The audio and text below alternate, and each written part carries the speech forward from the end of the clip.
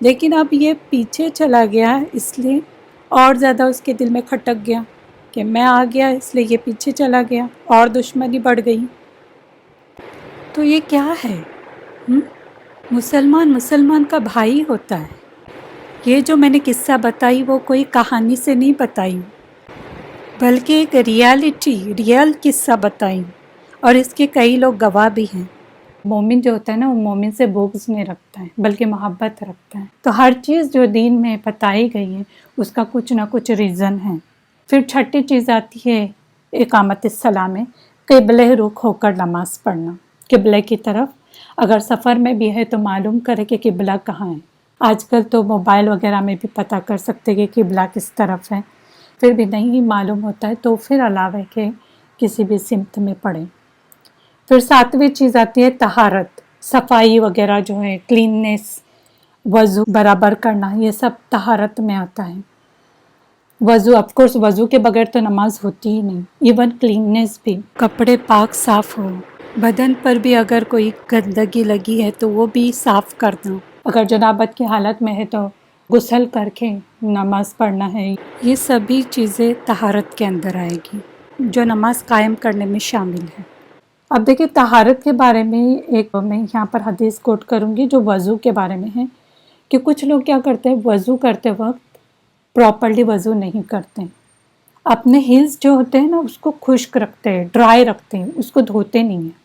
تو اس کے بارے میں آیا ہے کہ آگ کے عذاب سے ان ایڑیوں یعنی ہیلز جو ہے، تو یہ جو تم نے خشک رکھی ہوئی ہے ہیلز، اس میں خرابی ہے۔ آگ کے عذاب یعنی جو نار ہے اس کی خرابی ہے، تو وہ ہیلز کو خشک نہیں رکھنا چاہیے، ایڑیاں جو ہوتی ہیں۔ پھر 8ویں چیز آتی ہے اقامت الصلاۃ میں، دل میں نیت ہو۔ ہم جو اردو میں وغیرہ کرتے ہو غلط ہے، اردو میں نیت نہیں ہوتی، میں 2 رکعت نماز پڑھتی ہوں، میں 4 رکعت نماز پڑھتی ہوں، یہ بالکل سنت کے خلاف ہے۔ دیکھیں اقامت الصلاۃ میں ہم نے کیا دیکھے کہ درست سنت کے طریقے پہ ادا کرنا نماز۔ اب جب پتہ چلے، پہلے جو کیے وہ اللہ معاف کرے گا، اس کی مغفرت مانگے، لیکن آج کے بعد اگر جب نماز کے لیے کھڑے ہو اور پھر یہی حرکت کریں گے تو گنہگار ہوں گے، کیونکہ ہمیں جب پتہ چلے دین کی بات تو اس پہ عمل کرنا شروع کر دینا چاہیے۔ آگے وَمِمَّا رَزَقْنَاهُمْ يُنْفِقُونَ، اور اس میں سے جو ہم نے ان کو دیا ہے، وہ رزق میں سے جو ہم نے دیا ہے اس میں سے وہ خرچ کرتے ہیں۔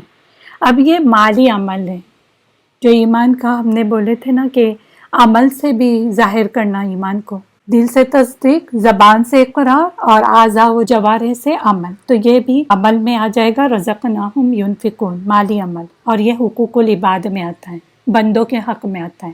جیسے ہم نے کہا تھا اقامت الصلاۃ حقوق اللہ کا حق ہے، اسی طرح وَمِمَّا رَزَقْنَاهُمْ يُنْفِقُونَ یہ حقوق العباد میں آتا ہے، رزق میں سے خرچ کرنا۔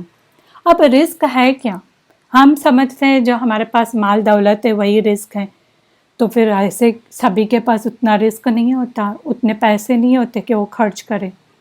تو رزق صرف اسی کا نام نہیں ہے، پیسے وغیرہ کا نام رزق نہیں ہے، بلکہ اور بھی چیزیں آتی ہیں، ہر فائدے مند چیز آتی ہے، جیسے مال ہے، علم ہے، علم بھی رزق ہے، جو آپ سیکھ رہے ہیں وہ بھی آپ کے لیے رزق ہے۔ وقت جو آپ کے پاس اللہ نے دیا ہوا ہے اس کو ضائع نہیں کرے، وہ بھی وقت بھی رزق ہے۔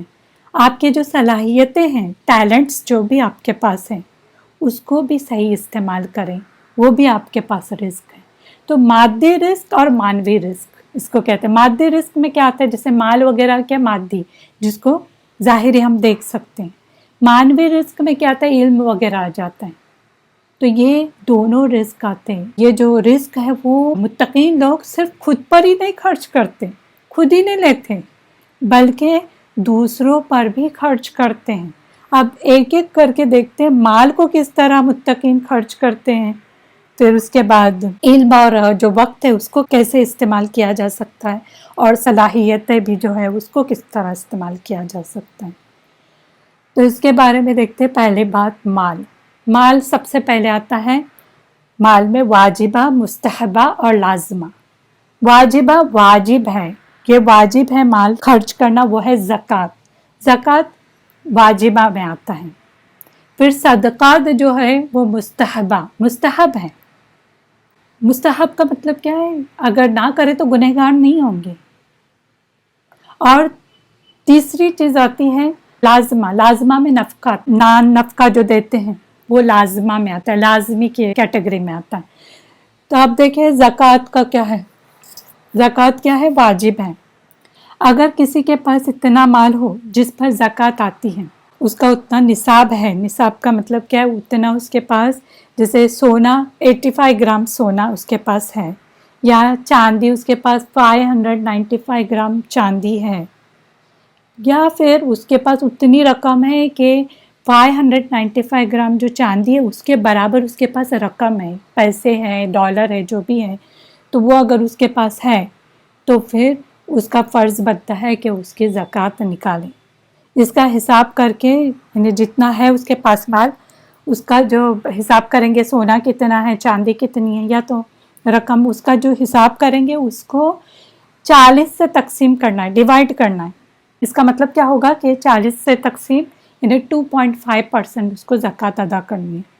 ایسا کرنا فرض ہے، اس لیے وہ واجبات میں آتا ہے، واجب ہے، یہ فرض ہے، ورنہ گنہگار ہوگا اگر زکوٰۃ نہیں دے رہا ہے. تو ہمارے یہاں کیا ہوتا ہے، عورتیں کیا بولتی ہیں کہ ہسبینڈ دیں گے، میرے والد صاحب دیں گے، حالانکہ فرض اس کا بنتا ہے. اگر وہ لوگ دے رہے ہیں، ہسبینڈ یا والد یا بیٹے دے رہے ہیں، تو وہ اوکے، اچھی بات ہے، سونے پہ سہاگا ہے ہمارے لیے.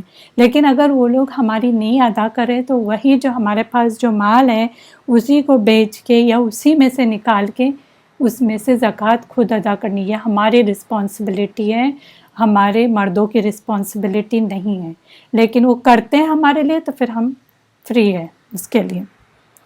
دیکھیں زکوٰۃ واجب ہے، اور ویسے بھی آپ کو معلوم ہوگا کہ ابو بکر رضی اللہ عنہ کے زمانے میں کچھ لوگ ایسے تھے جنہوں نے کہا کہ زکوٰۃ ہے ہی نہیں، اور انہوں نے زکوٰۃ دینے سے انکار کیا. تو ان سے پھر ابو بکر رضی اللہ عنہ نے جنگ بھی کی تھی، کیونکہ وہ زکوٰۃ کو مانتے نہیں. تو یہ ہو گیا واجب جو ہمارے مال کے اندر آتا ہے وہ. اب مستحبہ میں صدقات ہیں. صدقات کیا ہے؟ اپنی خوشی سے، اپنی پسند سے اللہ کے راستے میں جتنا چاہے اپنی مرضی سے دینا، کم دے زیادہ دے، اپنی استطاعت کے مطابق دے. کیونکہ آپ صلی اللہ علیہ وسلم نے فرمایا کہ جہنم کی آگ سے بچو خواہ کھجور کے ایک ٹکڑے ہی کے ذریعے ہو سکے. یعنی ایک اگر کھجور کا ٹکڑا بھی تمہارے پاس ہے تو بھی اس کو صدقہ کر دو اور جہنم کی آگ سے بچو. جسے یہ بھی نہیں ملے، یعنی جس کے پاس یہ بھی چیز نہیں ہے، کھجور بھی نہیں، اتنا غریب ہے، تو چاہیے کہ اچھی بات کریں. اس میں بھی لوگ کنجوسی کرتے ہیں اچھی بات کرنے میں، منہ چھیڑ کے کوئی سلام بھی کرے تو جواب بھی کبھی کبھی دیتے بھی نہیں، اور دیے تو بھی منہ بنا کے دیتے. تو اچھی بات کرنا بھی صدقہ ہے، یہ بخاری میں آتا ہے. تو اچھی بات منہ سے نکالیں، یہ بھی صدقے میں آئے گا. تو صدقات ویسے بھی مستحب ہے، کمپلسری نہیں ہے، لیکن کریں گے تو ہمارا ہی فائدہ ہے، اس میں نقصان نہیں ہے. پھر نفقات لازمی ہیں. نفقات کے اندر دیکھیں کیا آتا ہے، جہاں اللہ نے خرچ کرنا لازم کیا ہے وہاں خرچ کریں. اس میں کیا آئے گا، جیسے بیوی بچوں کا نان نفقہ جو ہے وہ شوہر کی ذمہ داری ہوتی ہے. یہ بھی دین کا حصہ ہے کہ شوہر اپنی بیوی اور بچوں کے لیے جو بھی چیز چاہیے وہ اس کو پرووائڈ کرے، کھانے پینے کی، پہننے کی. تو یہ شوہر کا کام ہوتا ہے. اگر شوہر نہیں ہے تو باپ کا کام ہوتا ہے یا بیٹے کا کام ہوتا ہے، یہ ان کی ذمہ داری ہے، یہ لازمی ہے. اگر نیت اللہ کے لیے انہیں کھلانا پلانا ہے، وہ اس لیے کھلا پلا رہے ہیں کہ اللہ کے فار سیک آف اللہ وہ اپنی بیوی بچوں کو کھلا رہے ہیں، تو پھر اس کا ان کو ثواب، صدقے کا بھی ثواب ملے گا، صدقے خیرات کا. اس کا بھی ہمیں پروف ملتا ہے بخاری میں کہ آپ صلی اللہ علیہ وسلم نے فرمایا تھا کہ جب تم اپنی، یعنی جو آدمی کے لیے کہا گیا کہ جب تم اپنی کوئی چیز اللہ کے لیے خرچ کرو گے تو وہ خیرات ہے. یہ تو آدمی عورت دونوں کے لیے، لیکن آگے کی جو میں بات بتا رہی ہوں وہ آدمی کے لیے آئے کہ یہاں تک کہ وہ لقمہ، یعنی جو مورسل بولتے ہیں نا، لقمہ، نوالا، وہ لقمہ بھی جو تم اپنی بیوی کے منہ میں ڈالو گے وہ بھی خیرات ہیں. یعنی بیوی کو جو تم کھلا رہے ہو صرف فار سیک آف اللہ، نیت تمہاری یہ ہے کہ اللہ کے خاطر میں کھلا رہا ہوں، تو پھر یہ بھی خیرات میں، صدقے خیرات میں آئے گا. اس کا بھی ثواب ملے گا، اور یہ ویسے بھی لازمی ہے مردوں کے لیے. لیکن ایک بات دھیان میں رہے کہ نفقات میں اسراف نہیں ہو، ایکسٹراویگنس جو ہوتا ہے وہ نہیں ہونا چاہیے، اسراف بہت زیادہ۔ بیوی ہر دن نئے نئے کپڑے ٹمکانے کے پیچھے پڑی ہوئی ہیں، ہر مہینے نئے کپڑے، اور کھانے پینے میں بھی اتنا اسراف کہ پوچھو ہی نہیں۔ مہمان آئے تو 10 ڈش تو بھی ٹیبل پہ سجائے ہوئے رہنے چاہیے۔ تو اسراف نہیں کرو، اگر بیوی بھی کہہ رہی ہے تو اس طرح سے ان کی بات نہیں مانو، یعنی ضرورت سے زیادہ خرچ نہ کریں۔ اور دوسری چیز، کنجوسی بھی نہیں کرے کہ جتنا چاہیے، جیسے اسے عادت ہے 2 روٹی کھانے کی تو کہے کہ نہیں 1 ہی روٹی تم کھاؤ، یہ اس طرح کنجوسی بھی نہیں کرو۔ جو بھی مرد کنجوسی کرتے ہیں ان کے رزق میں برکتیں نہیں ہوتی۔ پھر تیسری چیز اقتصاد، یعنی جتنا خرچ کرنا چاہیے اتنا کریں، اوور نہیں کریں، اعتدال کریں، ماڈریشن رکھیں خرچ کرنے میں۔ اور ویسے بھی جو خرچ کرتا ہے اس کے بارے میں یہ مسلم میں بھی آتا ہے کہ ما نقصت صدقۃ من مال، کہ صدقہ دینے سے مال کم نہیں ہوتا۔ آپ کبھی بھی صدقہ کر کے دیکھیں، الٹا کبھی کبھی یہ ہوتا ہے کہ ہم صدقہ کرتے ہیں اور کوئی اور ہمارے لیے گفٹ کر دیتا ہے، کہیں نہ کہیں سے ہمیں وہ چیز واپس یا تو لوٹ کے آتی یا کوئی اور چیز ہمیں مل جاتی۔ کوئی بھی صدقہ کرنے سے چیز کم نہیں ہوتی، جو ہمیں نظر آتی ہے کہ کم ہو رہی ہے ایکچولی وہ کم نہیں ہوتی۔ اور یہ حقیقت ہے، جتنا ہم خرچ کرتے ہیں صدقے میں اتنا اللہ اور ڈالتے جاتا ہے اور ڈالتے جاتا ہے، کر کے دیکھیں کبھی۔ پھر اس کے بعد میں نے کہا تھا کہ رزق میں علم اور وقت بھی آتا ہے، تو یہ کس طرح سے؟ کسی کو دینی تعلیم دینا یہ بھی خرچ کرنے میں آتا ہے۔ آپ کے پاس رزق ہے کیا؟ آپ نے آتھینٹک تعلیم حاصل کی، صحیح تعلیم حاصل کی اور دوسروں کو علم دے رہے ہیں، اور علم دیں گے تو کیا ہوگا؟ وقت بھی دے رہے ہیں ساتھ ساتھ۔ مثلاً بچوں کو، خود کے بچوں کو یا رشتہ داروں کے بچوں کو، بھائی بہنوں کے بچوں کو، یا پھر اڑوس پڑوس کے کسی کو بھی آپ تعلیم دے رہے ہیں، یا نوکرانیوں کو دے رہے ہیں، یا ریورٹڈ مسلم کو تعلیم دے رہے ہیں۔ کسی کو بھی جو دینی تعلیم حاصل کرنا چاہتے ہیں انہیں اپنا وقت نکال کر، یعنی آپ علم بھی بانٹ رہے ہیں اور اپنا وقت بھی دے رہے ہیں، دونوں چیز کر رہے ہیں، تو ان پر یہ وقت آپ خرچ کر رہے ہیں، یہ بھی رزق خرچ کرنے میں آتا ہے۔ آپ صلی اللہ علیہ وسلم نے فرمایا، یہ بخاری کی روایت ہے، کہ اللہ کی قسم اگر تمہارے ذریعے اللہ ایک شخص کو بھی ہدایت دے دے تو وہ تمہارے لیے سرخ اونٹوں کی دولت سے بھی بہتر ہے۔ دولت لکھا ہوا نہیں لیکن انڈرسٹوڈ ہے کہ سرخ اونٹوں سے بھی بہتر ہے تم نے ایک شخص کو ہدایت دی۔ سرخ اونٹ تو ہم نے معلوم کر سکتے کہ اس کی کیا ویلیو ہے، لیکن آج کے زمانے میں آپ کہہ سکتے ہیں کہ جیسے فراری کار یا اس سے بھی ابھی مہنگی مہنگی کاریں، اسپورٹس کار وغیرہ جو ہوتی ہیں کتنی مہنگی ہوتی ہے، بہت زیادہ جو ایکسپینسو ہوتے ہیں، تو اس سے بھی وہ آپ کے پاس ہو، اس سے بھی زیادہ آپ کے لیے یہ بہتر ہے کہ آپ ایک شخص کو ہدایت دیں۔ آپ دیکھیں کہ کوئی گمراہ ہو رہا ہے، کوئی غلط راستے پہ جا رہا ہے، تو حکمت استعمال کریں، ان کو تعلیم دیں، تو یہ آپ کے لیے بہت بہتر ہے بنسبت کے سرخ اونٹ وہی میں نے اگزامپل دی کہ کوئی بھی اسپورٹس کار لے لے، کتنی مہنگی کاریں آتی ہیں، تو اس سے بھی بہتر ہے آپ کے لیے۔ تو علم اور وقت یہ بھی خرچ کرتے ہیں متقی لوگ۔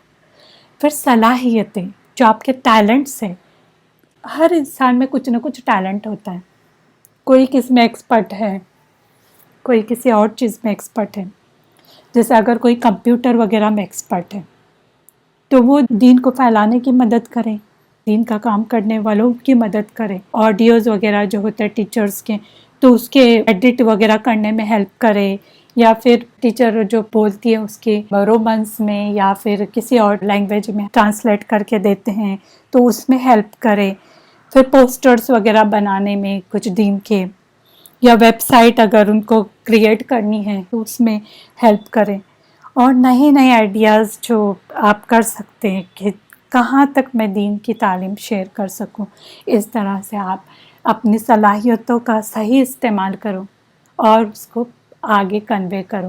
لوگوں میں ٹیلنٹس ہوتے ہیں لیکن اکثر کیا کرتے ہیں؟ غلط چیزوں میں استعمال کرتے ہیں، تو یہ چیزیں نہیں ہونی چاہیے۔ تو ہم نے دیکھے کہ رزق میں صرف مال ہی نہیں آتا بلکہ علم بھی آتا ہے، وقت بھی آتا ہے، اور ٹیلنٹس، صلاحیتیں بھی آتی، تو اس کو بھی وہ خرچ کرتے ہیں. کون؟ متقی.